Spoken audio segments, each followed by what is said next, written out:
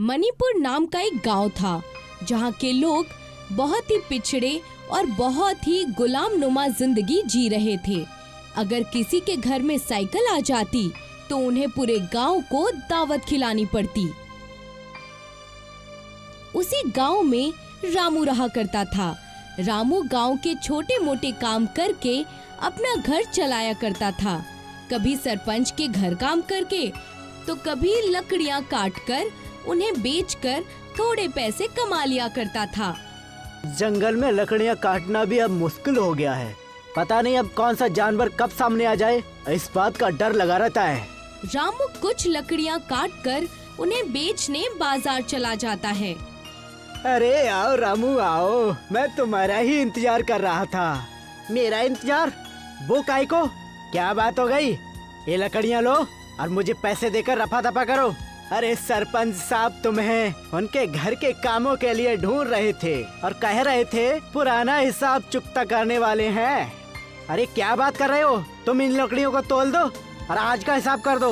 मैं सरपंच साहब के घर पे तुरंत ही चला जाता हूँ।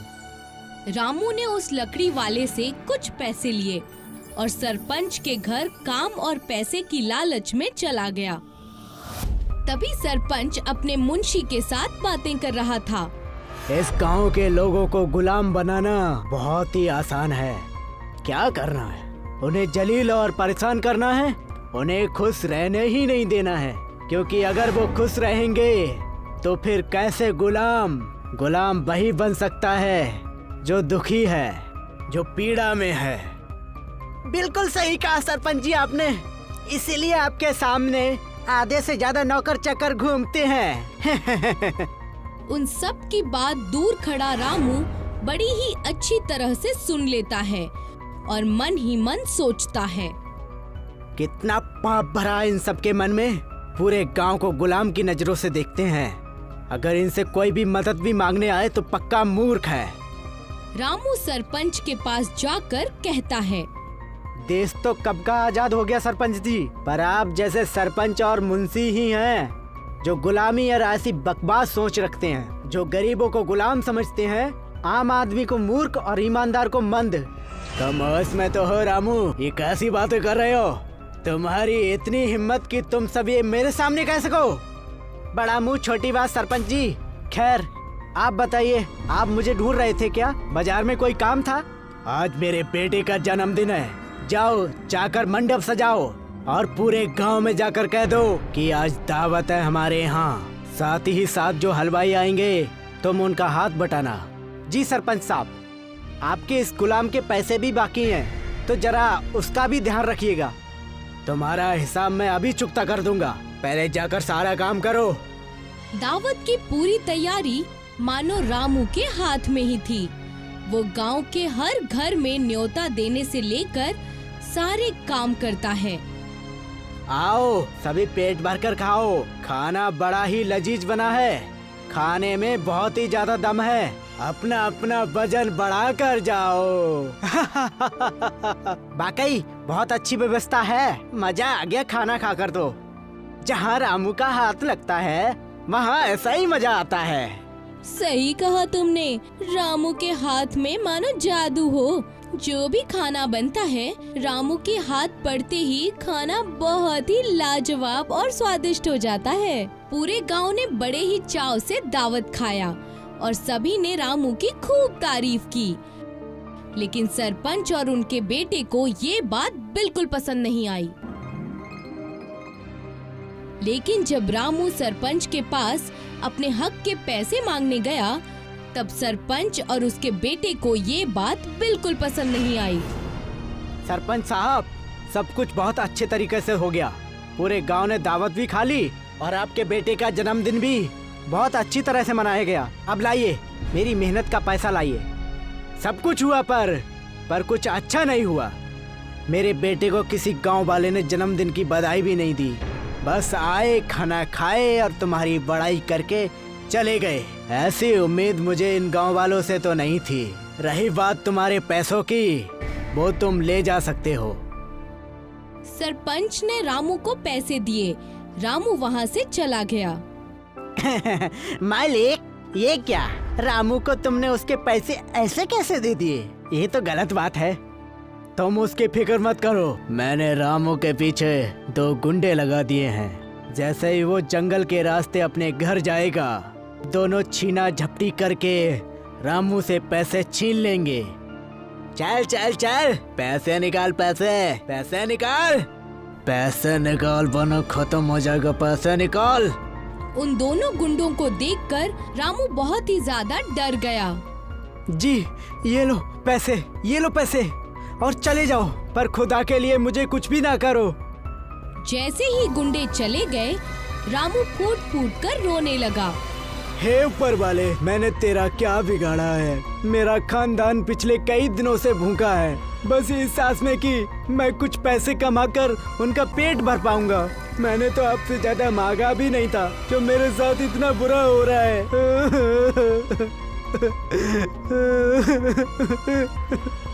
रामू के रोने की आवाज सुनकर जंगल के कई सारे जानवर इधर उधर भागने लगे। उन्हें में से एक खरगोश रामू के सामने जख्मी हालत में आ गया। अरे ये क्या, इसकी हालत तो बहुत ज्यादा खराब है। मुझे इसकी जान बचानी होगी, वरना ये खरगोश अपनी जान गंवा देगा। रामू उस खरगोश की मदद करता है। जैसे ही खरगोश होश में आता है, खरगोश रामू से कहता है, अरे रामू, तुमने मुझे पहचाना नहीं, मैं तुम्हारे बचपन का दोस्त हूँ। खरगोश की आवाज सुनकर रामू बहुत ही ज्यादा डर जाता है। तुम बोल कैसे सकते हो? ये सब क्या हो रहा है? तुम मेरा नाम कैसे जानते हो? और मेरे बचपन का दोस्त? ये सब क्या है और ये सब क्या बोल रहे हो? अरे तुम शांत हो जाओ, मैं एक मायावी खरगोश हूँ। लगता है तुम्हें याद दिलाना होगा, ये देखो। उस मायावी खरगोश ने अपनी जादुई शक्तियों से रामू के बचपन की चीजें दिखाईं। रामू के सामने उसका बचपन नजर आ रहा था, जहाँ रामू उसी खरगोश के साथ खेल रहा था, उसे खाना खिला रहा था और उसे पानी पिला रहा था। ये कैसे हो सकता है? ये बच्चा तो मैं हूँ, और मुझे जहाँ तक याद है, मेरे अब्बू ने तुम्हें किसी जादूगर को बेच दिया था। तुमने सही कहा, उसी जादूगर की मदद से मैं आज मायावी खरगोश बन गया हूँ और इस जंगल में रहता हूँ। एक शेर ने मुझ पर हमला किया, मैं उससे बचते बचाते यहाँ पर आ गया, फिर तुमने मेरी जान बचाई। अब तुम मुझसे कोई भी 2 चीज मांग सकते हो, मैं उसे जरूर पूरी करूँगा। मुझे तुमसे कुछ भी नहीं चाहिए, तुम बस चले जाओ, मुझे अकेला छोड़ दो, और कुछ नहीं। रामू को मायूस और परेशान देखकर खरगोश ने अपनी जादुई शक्तियों से उसी जगह पर पानी पूरी का दरख्त बना दिया। ये क्या है? पानी पूरी का पेड़? ऐसा तुमने क्यों किया? तुम अपनी पानी पूरी बेचकर अपना घर चलाया करना। इस पानी पूरी के दरख्त से पूरी तोड़कर और सामने वाले कुएं से पानी लेकर तुम उसे बेचा करना। इससे तुम्हारी आमदनी भी होगी और मेरा वरदान भी पूरा हो जाएगा। उस मायावी खरगोश की मदद की वजह से रामू बहुत ज्यादा खुश हुआ और उसके खुशी के आंसू निकलने लगे। शुक्रिया मित्र, बचपन का किया हुआ एहसान तुम्हें अभी तक याद है, धन्यवाद। मैं इस पानी पूरी को बेचकर अपना परिवार बखूबी चला लूंगा। और दूसरे दिन से ठीक वैसा ही हुआ। रामू उस पानी पूरी के दरख्त से खूब सारी पूरियां तोड़ लेता है और पास ही के कुएं से तीखा तीखा पानी भी ले लेता है और उन्हें एक ठेले पर बेचने लगता है। रामू भैया, पानी पूरी लगाना 1 प्लेट। आपके हाथ में जादू है, जादू। हाँ, और नहीं तो क्या। एक बार में 1 प्लेट पानी पूरी कोई खा ही नहीं सकता, उसका मन ही नहीं भरेगा। कम से कम 3 प्लेट पानी पूरी तो खानी ही होगी। अरे ये सब तो बस आप लोगों की मोहब्बत है। अरे हमने सुना है कि तुमने अपने घर की मरम्मत भी करा ली है, बहुत अच्छी बात है। तुम्हारा घर बहुत ही शानदार, बहुत ही खूबसूरत दिखने लगा है। सब ऊपर वाले की कृपा है। अब रामू पानी पूरी बेचकर अपना घर बहुत अच्छे से चला रहा था। ऐसे ही कई महीने बीत गए। रामू ने गांव में एक स्कूटी भी ले ली। उन स्कूटियों पर पानी पूरी रखकर रामू और रामू की बीवी संध्या दोनों ही गांव-गांव जाकर पानी पूरी बेचने का काम करते थे। ये बात सरपंच को बिल्कुल अच्छी नहीं लगी। इस रामू को देखो, कल क्या व्यापार क्या शुरू किया और अचानक इतना रईस हो गया वो कि जिस गांव में साइकिल नहीं है उस गांव में रामू स्कूटी पर पानी पूरी बेच रहा है। अगर ऐसा ही चलता रहा तो मालिक, रामू कुछ ही महीने में से ज्यादा रईस हो जाएगा वो, और ज्यादा इज्जतदार भी। तुम बस उसका गुणगान ही करते रहोगे कि कोई उपाय भी बताओगे मुझे जिससे रामू का धंधा चौपट हो सके। एक उपाय है, याद है आपको? आपके नकाबपोश गुंडे, उनसे कहकर उनकी स्कूटी पानी पूरी तुड़वा कर अपना हिसाब चुकता कर लीजिए। कुछ भी कहो मुंशी, तुम हो बड़े चापलूस। ऐसा ही किया करो और इस बार तो मैं ही जाऊंगा स्कूटी पानी पूरी टूटते हुए देखने।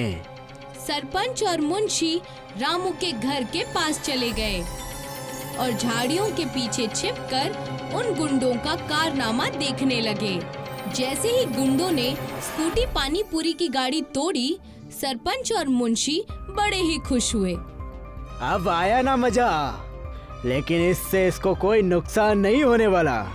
मैंने देखा है ना मालिक कि स्कूटी लेकर रामू हमेशा पेड़ के पास जाता था और वहाँ से स्कूटी पानी पूरी लेकर निकलता था। मुझे लगता है कि हमें जंगल में जाकर वो जगह भी देखनी चाहिए। ये बात तुमने पहले क्यों नहीं बताई? ढेर सारा पेट्रोल ले लो, पूरा जंगल ही जला देंगे आज। ना रहेगा बांस और नहीं बजेगी बांसुरी। सरपंच और उनके गुंडों ने खूब सारा पेट्रोल ले लिया और उन पानी पूरी के दरख्त के पास चले गए और वहाँ जाकर देखा कि पानी पूरी का दरख्त है जहाँ से रामू पूरियाँ तोड़ा करता था। अच्छा तो ये बात है, अब समझ में आया मुझे सब कुछ। इन सब पेड़ों को पेट्रोल डालकर जला डालो। और वैसा ही हुआ। सरपंच ने पूरे जंगल में आग लगवा दी, लेकिन एक भी दरख्त जले नहीं। सरपंच, मुंशी और दोनों गुंडे बहुत ही ज्यादा हैरान हो गए। तभी सरपंच का एक आदमी भागता हुआ सरपंच के पास आकर कहने लगा, सरपंच साहब, आपकी फैक्ट्री और आपके घर पर आग लग गई है, और तो और आपकी सारी गाड़ियों को किसी ने तोड़ दिया है। पता नहीं किसने किया है सब। नहीं, ये नहीं हो सकता। ये तुम क्या कह रहे हो? सरपंच अपने घर जाकर देखता है, उसका घर और उसकी फैक्ट्री दोनों ही जल रहे हैं, जिसे देखकर वो दंग रह जाता है और फूट-फूट कर रोने लगता है। तभी वहाँ पर सारे गांव वाले जमा हो जाते हैं और उसमें रामू भी होता है, जिसे देखकर सरपंच शर्मिंदगी महसूस करता है।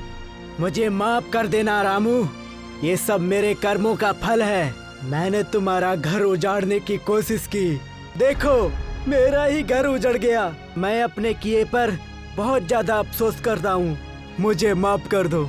आपको आपकी गलती का एहसास हो गया है, मेरे लिए यही बहुत बड़ी बात है सरपंच जी। आप फिक्र मत करो, सब कुछ ठीक हो जाएगा।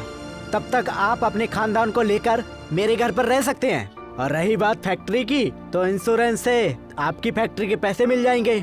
सरपंच रामू को सारी बातें बताता है और रामू से माफी मांगता है, और इसी के साथ रामू दोबारा अपनी स्कूटी पर पानी पूरी बेचना शुरू करता है और पूरे गांव में मशहूर हो जाता है। सरपंच और मुंशी भलाई का रास्ता चुनते हैं और अपनी अपनी जिंदगी अच्छे से बिताते हैं। रामू अपने अच्छे बर्ताव की वजह से खूब सारी पानी पूरी स्कूटी पर बेचता है।